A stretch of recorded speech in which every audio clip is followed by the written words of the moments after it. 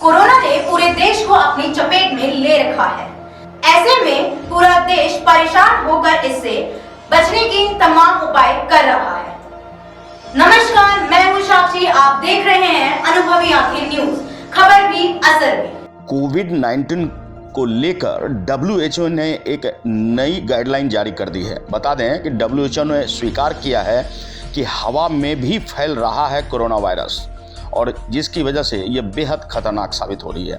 32 देशों के 239 वैज्ञानिकों ने WHO विश्व स्वास्थ्य संगठन को लिखे एक पत्र में बताया कि कोरोना एक एयरबॉर्न वायरस है जो हवा में भी फैल सकता है। वैज्ञानिकों ने कुछ साक्ष्यों पर भी प्रकाश डाला है और बताते हैं कि वायरस के नन्हे पार्टिकल्स हवा में रहकर लोगों को संक्रमित कर सकते हैं। WHO ने भी तथ्यों पर आधारित इस रिपोर्ट को स्वीकार कर लिया है।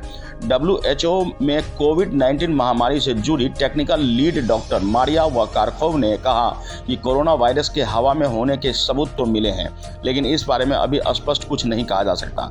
फिर भी भीड़ भाड़ वाली सार्वजनिक जगहों और बंद जगहों पर हवा के जरिए वायरस के फैलने की आशंका पुरजोर है। इस स्टडी और रिसर्च में इस बात को साइंटिफिक जर्नल में प्रकाशित होने की संभावना भी है।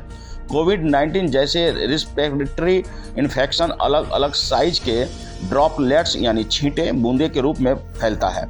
डायामीटर में 5 से 10 माइक्रोन से बड़े पार्टिकल्स को रेस्पिरेटरी ड्रॉपलेट्स माना जाता है, जबकि 5 माइक्रोन्स के छोटे पार्टिकल्स न्यूक्ली ड्रॉपलेट होते हैं। WHO के मुताबिक कोविड-19 का वायरस मुख्य रूप से रेस्पिरेटरी ड्रॉपलेट्स और कॉन्टैक्ट रूट्स के माध्यम से लोगों के बीच फैलता है। हालांकि वैज्ञानिकों द्वारा लिखे पत्र में पता चलता है कि यह एक एरोसोल ट्रांसमिशन यानी हवा के जरिए फैलने वाला संक्रमण भी हो सकता है।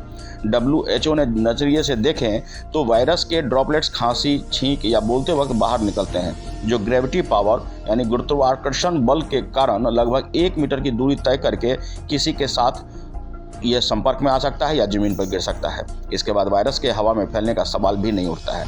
वहीं दूसरी तरफ 239 वैज्ञानिकों ने इस बात के सबूत दिए हैं कि न्यूक्ली ड्रॉपलेट्स यानी 5 माइक्रोन से छोटा न सिर्फ हवा में 1 मीटर से ज़्यादा दूरी तक फैलता है, बल्कि ज़्यादा देर तक के लिए भी खतरा पैदा करता है।